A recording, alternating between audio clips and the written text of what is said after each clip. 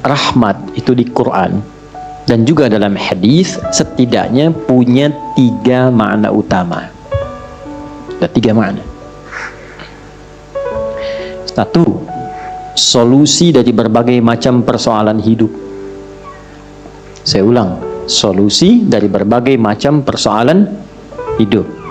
Itu diantaranya ditemukan di Quran surah kedua Al-Baqarah di ayat 157. Nah, munculnya ayat 157 ini ada keterkaitan dengan 155 dan 156. Persoalannya di 155, sabarnya 156, solusinya 157. 155, walanabluwannakum bisyai'im minal khauf wal ju' wa naqsim minal amwal wal anfus wath thamarat wa basyiris sabirin. Sabarnya 156, alladzina idza asabathum musibah qalu inna lillahi wa inna ilaihi raji'un. Ayat 157-nya, ulaika alaihim salawatum mir rabbihim wa rahmah wa ulaika humul muhtadun. Itu ya. Baik. Rahmat yang pertama, solusi dari berbagai macam persoalan kehidupan, baik kegelisahan. Jangan dikira yang hadir di sini tenang semua. Ini walaupun wajahnya kelihatan senyum-senyum, hatinya ada yang gundah. Ada yang baru ditolak saat mau lamaran, mungkin kan? Lamar kerja maksudnya. Ya? Ada yang mungkin sedang kesulitan di rumah tangga, pengen dapat ketenangan, khauf. Gak bisa dihindari. Tadi aja kan udah lihat-lihat jam nih, Ustaz datang nggak gitu kan? Padahal saya secepat mungkin bisa ke sini tuh. Ya nggak singgah di rumah, cuman ke kantor ganti pakaian langsung ke sini. Hampir nggak tidur saya semalam itu. Alhamdulillah. Ya, tapi kan yang khawatir Anda. Wal ju' kan ada yang lapar. Awal-awal dari subuh ke sini sarapan aja belum kan? Lihat-lihat yang jualan nggak depan kan? Gak apa-apa. Wa naqsim minal amwal, ada yang mungkin baru kena musibah di kantor, proyek misalnya, ada yang gak lulus, ada utang belum dilunasi, cicilan masih nyari solusi, ada yang demikian. Wal anfus, ada yang sakit, mungkin kerabatnya datang supaya cari wasilah, Allah kabulkan doanya. Ada yang ngejar ustadz supaya minta didoakan, ada. Wa thamarat, itu kalau buka mushaf diartikan buah-buahan. Itu sebetulnya bahasa kiasan, cara bacanya, memahaminya dengan balaghah. Kalau baca terjemah nanti kurang nyambung. Kalau buah-buahan berarti yang diuji cuma tukang buah, tukang sayur tidak. Ya, itu cara bacanya pakai ilmu balaghah, pakai majaz. Maksudnya apa?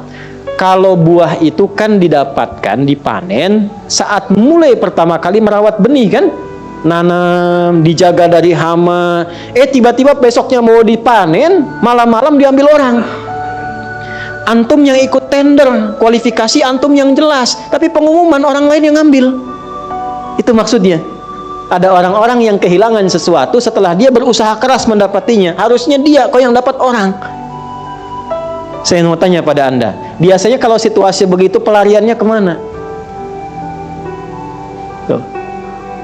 Ya, cari yang paling kuat kan. Doa itu kan yang bisa memberi solusi kan. Doa itu kan minta. Nggak mungkin minta pada yang diduga nggak bisa ngasih. Dan puncak pemberian itu pada Sang Maha Pemberi, yaitu Allah Wahhab, pemberi tanpa batas. Nah, Allah memberikan tempat-tempat spesial yang kalau minta hati lebih khusyuk. Beda antara minta di kendaraan di rumah dengan di tempat ini. Tempatnya lebih tenang, saat masuk saja suaranya sudah lain, aura sudah beda. Apa nama tempatnya? Masjid. Makanya Bapak Ibu masuk masjid ini rasanya sudah lain. Dengan rumah sendiri tenang mana dengan masuk masjid? Masjid. Masuk rumah semewah-mewahnya, tenangnya nggak sama dengan masuk masjid. Begitu dibuka tenang gitu. Insya Allah. Baru masuk kalau punya masalah kadang-kadang sudah terasa dalam.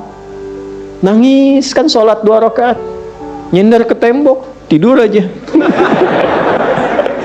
Ya, tenang. Gitu. Dulu di Jepang dulu begitu, ada cerita kawan saya sedang cerita itu, kan tingkat bunuh dirinya tinggi karena stresnya tinggi. Ternyata kaya itu tidak menjamin bahagia, maju tidak menjamin bahagia. Kan negara maju, tapi indeks kebahagiaannya belum tentu didapatkan maksimal. Bunuh dirinya banyak, Pak. Saya pernah lewat satu tempat itu yang tiap hari selalu ada 1 sampai 3 orang bunuh diri di situ. Itu masih biasa Ustaz. Ada satu tempat X lah, saya tidak sebutkan ya, X. Itu tiap hari mayat bergeletak di mana aja. Sampai akhirnya wali kotanya punya ide, tapi ini nggak harus ditiru. Nyari solusi yang belum kedapati. Dibikin satu tempat di lokalisasi. Kalau mau bunuh diri di sini aja. Waktunya diatur.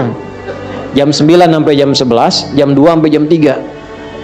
Kalau lewat situ datang, tunda besok. Diatur. Ya. Ini kisah nyata. Satu kali ada orang kemudian pengen datang ke situ ketemu sama orang Islam. Mau kemana Pak? Bahasa kita lah, bunuh diri katanya. Jam berapa? Jam 1. Ini kan belum. Belum. Ikut saya aja dulu. Takut terlambat nih. Bener. Takut terlambat. Nanti kalau Anda merasa rugi, saya ganti apapun itu. Akhirnya ikut. Begitu ikut dibawa ke masjid, ya Allah. Dibawa ke masjid. Itu cuman duduk tunggu di luar, sedang ada pengajian. Duduk, begitu masuk, duduk ketiduran. Tidur, selesai pengajian, dilihat lagi sama yang muslim ini, kok enak banget tidurnya. Ya kan?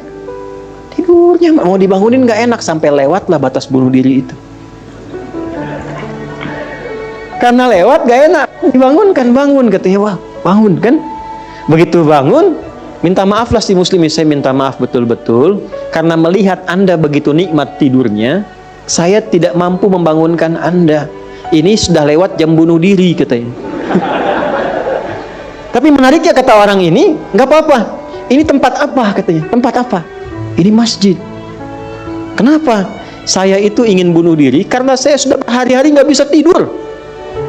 Jadi dia menyimpulkan kalau bunuh diri itu udah mati, udah tidur aja. Gitu, saking nggak bisa tidurnya. Tapi kok bisa di tempat ini bisa tidur? Dia belum kenal jamaah Andor.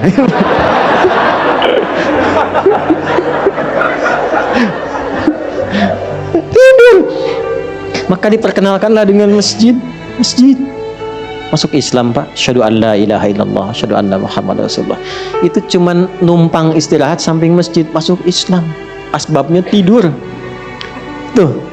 Orang ketiduran masuk Islam. Habis masuk Islam jadi rajin. Ada orang sudah muslim. Masuk masjid banyak tidurnya. Ya. Ayo bangun. Ya. Baik, itu satu. Jadi ternyata kenapa yang pertama rahmat? Karena Allah tuh maha tahu. Nggak ada di antara hidup kita yang nggak punya masalah. Pasti punya persoalan. Kalau sedang ditimpa persoalan, diuji, sabar dulu. Kata Allah, terima dulu. Karena hakikat dari ujian itu untuk meningkatkan kualitas hidup. Dan nggak mungkin diuji kalau nggak mampu. Nggak mungkin. Kaidahnya kan jelas. La yukallifullahu nafsan illa. Jadi kalau ada ibu sedang diuji masalah sekarang begitu berat, memang yang mampu cuma ibu, Bu. Saya nggak mampu. Karena saya nggak mampu, saya nggak diuji. Maka berbahagialah ketika Allah lebih memilih ibu dibandingkan dengan saya. Sabar dulu. Dan hikmahnya apa? Ada nanti sesuatu yang besar di depan, yang butuh kesabaran lebih. Kalau yang sekarang nggak lulus, ke depan itu sulit untuk dihadapi. Karena itulah ditingkatkan kualitas, terima dulu, tapi kan nggak usah lama-lama. Ya kan? Allah maha tahu itu. Jangan lama-lama, terima dulu. Datanglah kemudian mohon solusi. Kemana datangnya? Masjid. Maka dari itulah ketika masuk, Anda mengatakan Allahumma ftah li abwaba rahmatik. Di antara itu minta solusi. Makanya ketika masuk merendah, sholat 2 rakaat, begitu sholat, mintalah sesuai kebutuhan Anda yang dirasakan pada saat itu. Itu fikihnya. Nah kalau nggak tahu fikihnya, nanti itu nggak kepake, sayang, peluang hilang. Padahal mungkin itu cara Allah untuk bisa mengabulkan apa yang kita mohon. Jelas? 1. 2, itu ampunan dari dosa yang sudah berlebih. Namanya israf. Quran surah ke-39 Az-Zumar di ayat ke-53. Qul ya ibadiyalladzina asrafu ala anfusihim la taqnatu mir rahmatillah. Innallaha yaghfirudz dzunuba jami'a. Duhai hambaku, tuh masih disebut hamba. Siapa di antara kita di sini yang merasa tidak punya dosa? Boleh angkat tangan. Boleh, silakan. Saya selesai pulang. Pasti setiap kita merasa itu. Dan tidak sedikit orang-orang yang ingin taubat itu mencari tempat. Nah, tidak ada tempat yang paling ideal kecuali ke masjid. Kalaupun nggak ada orang, nggak apa-apa. Datang masuk. Masuk Pak. Mungkin yang menghambat rezeki itu dosa. Yang menghambat perbuatan belum bisa jadi baik, dosa. Ya, mohon maaf, dengan berbagai jenisnya. Dengan berbagai jenisnya. Maka yang terbaik apa? Datang ke masjid. Datang ke masjid. Ya. Ini kisah nyata di masa lalu. Makanya sering baca tuh yang baik-baik lah, kisah salafus saleh, orang-orang saleh di masa lalu. Ada seorang hamba rajin salatnya. Ini sahih riwayatnya, sahih. Rajin salat. Tapi yang menarik tertuliskan, ya, ketika malaikat itu mendapat informasi, ya aras tertuliskan. Ini termasuk bagian dari ahli neraka. Tapi salat. Perhatikan ya, perhatikan. Ini nanti terkait juga dengan hadis, kalau Anda baca Al-Arba'in, nomor hadis yang keempat itu. Ya, terkait dengan bab takdir. Bagaimana kemudian ikhtiar seorang hamba itu ya menjadikan ia berubah dari salah menjadi soleh dan sangat dicintai oleh Allah. Oke? Maka apa yang terjadi? Bapak Ibu sekalian, tiba kemudian si malaikat itu, ini kisah sahih yang sampai, lalu menyampaikan kasihan pada orang ini, kok kelihatannya ibadah tapi tertulis ahli neraka. Maka disampaikan dengan cara yang Allahu a'lam, apakah menyamar atau bagaimana, tuliskan, kamu kok terus-terusan sholat, padahal belum tentu baik di mata Allah, belum tentu menjadi bagian ahli surga. Perhatikan jawabannya, tujuan saya sholat ini bukan karena surga atau neraka. Tujuan sholat ini bukan karena saya dipandang baik atau buruk, tapi tujuan sholat ini saya ingin mengagungkan Allah Subhanahu wa ta'ala. Perhatikan. Dan nanti ini menjadi cara bagi seseorang yang ingin bertobat. Jadi kalau ingin bertobat, tobatnya ingin benar, carilah perhatian Allah. Yang penting ridha Allah. Terus saja tobat sampai merasakan kenikmatan tersambung dengan Allah. Itu maksudnya. Jadi begitu keluar kalimat itu yang mengguncang arsy, itu yang dijadikan oleh Allah pelajaran bahkan pada alam malaikat untuk mengenal bagaimana rahmat Allah itu diberikan. Mudah bagi Allah membuka, merubah, memutar, mudah. Tapi Allah ingin memberikan pelajaran bahkan di alam malaikat bagaimana kasih Allah diberikan. Begitu kalimat itu muncul, apa yang terjadi? Maka berubahlah di arsy namanya menjadi ahli surga. Ini riwayat sahih. Berubah menjadi apa? Ahli surga. Padahal Allah tuh maha mengetahui, gampang aja tinggal dirubah ahli surga, tidak. Tapi Allah ingin memberikan informasi bahkan di alam langit kepada para malaikat betapa tingginya rahmat Allah memberi kesempatan pada setiap hambanya untuk kembali kepada Allah dalam kebaikan. Dan itu disebut hamba. Disebut hamba. Karena itu Allah begitu mencintai ketika ada pelaku maksiat, dia pengen taubat, itu begitu dicintai dan statusnya naik lebih tinggi. Ini yang menyebabkan ayat ini turun. Qul ya ibadiyalladzina asrafu ala anfusihim. Ini yang menyebabkan itu menunjukkan rahmat Allah. Hai hambaku, betapa besar pun kau pernah berbuat dosa, sepanjang masih hidup belum tiba ajalmu, jangan pernah putus asa untuk mendapatkan rahmatku. Pakai rahmat.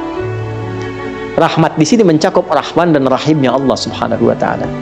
Karena itu kalau Anda pernah berbuat salah, kita jangan malu untuk kembali. Kalaupun malu dilihat orang, Allah menyiapkan tempat yang tidak semua orang bisa ke situ. Datang ke masjid, mohon, minta salat 2 rakaat, minta kebaikan kepada Allah sampai hati mendapatkan ketenangan. Jelas di sini? Baik. Dan yang ketiga, ini yang paling juga banyak dimohonkan, ya. Satu, solusi. Yang kedua apa? Ampunan dari dosa yang begitu melimpah, ya. Dan yang ketiga, rahmat yang ketiga, kasih sayang yang memudahkan jalan-jalan kehidupan dunia sampai akhirat. Yang ketiga, semua kita pasti ingin mendapatkan kemudahan, kenyamanan, bukan cuma dunia, sampai dengan akhirat. Kasih Allah yang memberikan kemudahan dunia disebut dengan Rahman, kasih Allah yang memberikan kelapangan akhirat disebut dengan Rahim. Itu kita baca setiap hari, Bismillahirrahmanirrahim. Maka ketika masuk ke dalam masjid, mohonlah kepada Allah satu dari 3 kemuliaan ini. Kalau ustadznya belum datang, itu manfaat besar. Boleh jadi banyak permohonan, ayo lekatkan di situ, optimalkan. Dan di situ mungkin peluang terbesar untuk mendapatkan apa yang kita inginkan. Jadi, begitu Bapak Ibu mendapatkan satu dari 3 itu, keutamaan bukan? Keutamaan bukan? Hah?